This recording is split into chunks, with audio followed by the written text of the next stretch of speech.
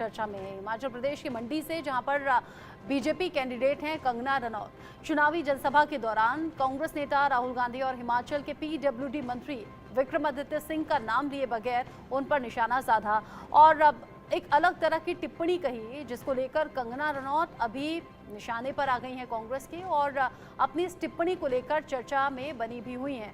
कंगना रनौत मंच से ये पूछ रही हैं कि आखिर मुझे बीफ खाते हुए क्या कहीं देखा है, क्या कहीं ऐसा कोई वीडियो है या फिर क्या ऐसा कोई बिल है मेरे नाम पर, तो मुझे जरूर दिखाएं। उनके पास कोई सबूत है क्या?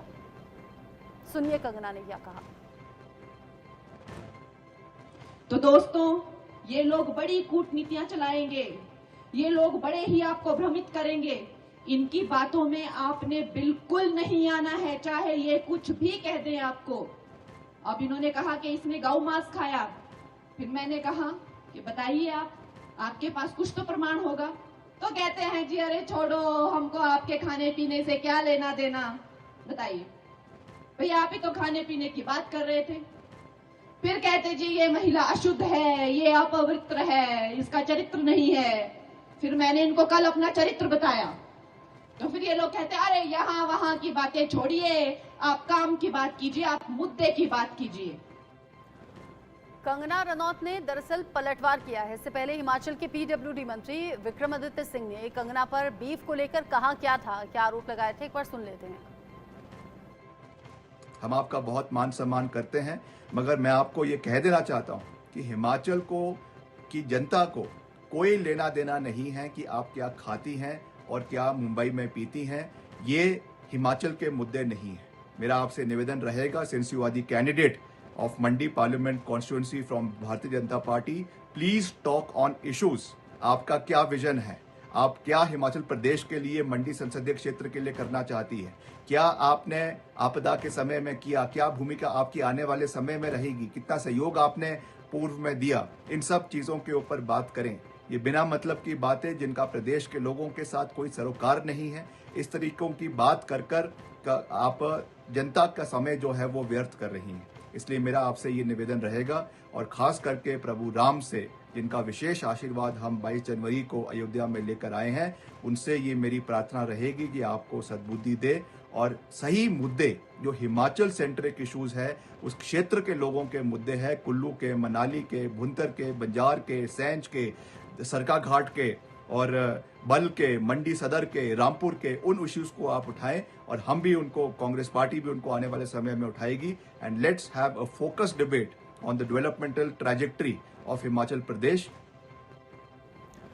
विक्रमादित्य सिंह ने कहा कि पहले आपने क्या खाया, क्या नहीं क्या खाया या क्या पिया, वो मुद्दा नहीं है। आप ये बताइए कि हिमाचल के लोगों के लिए आप क्या काम करेंगी, इन मुद्दों को गिनवाइए।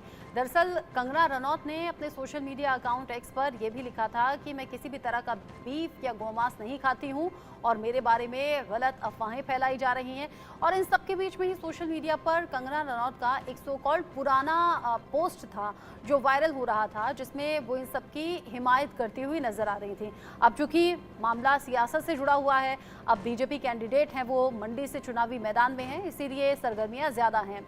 अब आलोक सर, कंगना रनौत जो अपने ही बयानों को लेकर पहले अपनी बातों को लेकर बहुत ज़्यादा वोकल रही और ये बताया कि किस किस पड़ाव से वो गुजरी हैं, क्या क्या नशा उन्होंने किया है, क्या खाया पिया, ये पिछली बातें हो गई। लेकिन हम देख रहे हैं पिछले मुझे लगता है साल या 2 साल से उनकी भाषा में परिवर्तन, उनके पहनावे में परिवर्तन, उनकी सोच में परिवर्तन, और वो सरकार की तारीफ करती हुई नजर आती हैं।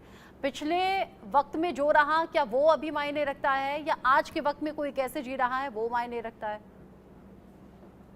लेकिन रचना जी, ये सही है, कोई अलग अलग क्षेत्र से लोग आते हैं। सिनेमा से आने वाले लोग धर्मेंद्र थे, कई ऐसे फिल्म अभी विनोद खन्ना भी रहे हैं पंजाब से। इसलिए मुझे ऐसा लगता है कि कई ऐसे जब सिनेमा के लोग आते हैं, अमिताभ बच्चन तो चुनाव के बाद में इसलिए चले गए थे, उनको मैंने छोड़ दिया उन्होंने पूरी तरह से राजनीति को। सबसे बड़ा नाम यदि कहें तो अमिताभ बच्चन है।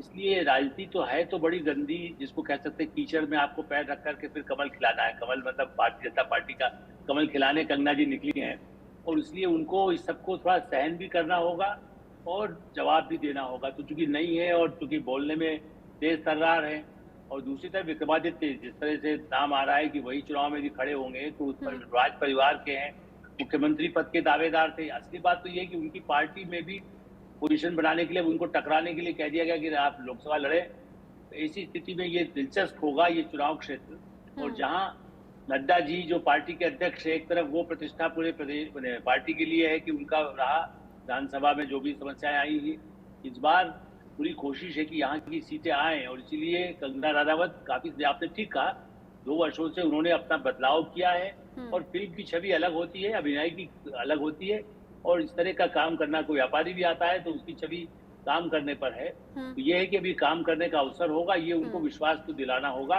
हाँ, ये दिलचस्प होगा क्योंकि पूरे चुनाव जब तक वहां पर नहीं होंगे तब तक ये दोनों के, खास करके कंगना के जो है वो लोग सुनना चाहेंगे, क्योंकि वो पूरे प्रदेश की नेता के रूप में उभरने की कोशिश भी कर सकते हैं। एक तो वो फिल्म में अभिनेत्री के तौर पर भी हमने देखा है, बड़े स्क्रीन पर उनकी एक्टिंग को खूब सराहा गया है अरविंद सर, और अब चुनावी मैदान में वो अपनी किस्मत आजमा रही हैं। लेकिन जैसे आलोक सर ने कहा, अभी नहीं है, बयानों में तो खूब तेज तर्रार हैं, लेकिन चुनाव के लिहाज से नहीं है, राजनीति के लिहाज से नहीं है। अगर एक तरफ वो बहुत सहज भाषा में बहुत संभल कर बोलती हैं, तो दूसरी तरफ, चूंकि 2 बयान अभी हमने सुने ना, एक तरफ विक्रमादित्य सिंह और दूसरी तरफ कंगना रनौत। विक्रमादित्य सिंह कुछ भी बोल रहे थे लेकिन उनके शब्द वजनी थे, उनके शब्दों में हल्कापन नहीं था। लेकिन कंगना जिस तरीके से छोटा पप्पू बड़ा पप्पू कह रही हैं, क्या लोगों को ये बातें अच्छी लगती हैं? क्या इन्हीं आधार पर वोट दिए जाते हैं, या फिर किसी नेता की भाषा को भी देखा जाता है, परखा जाता है?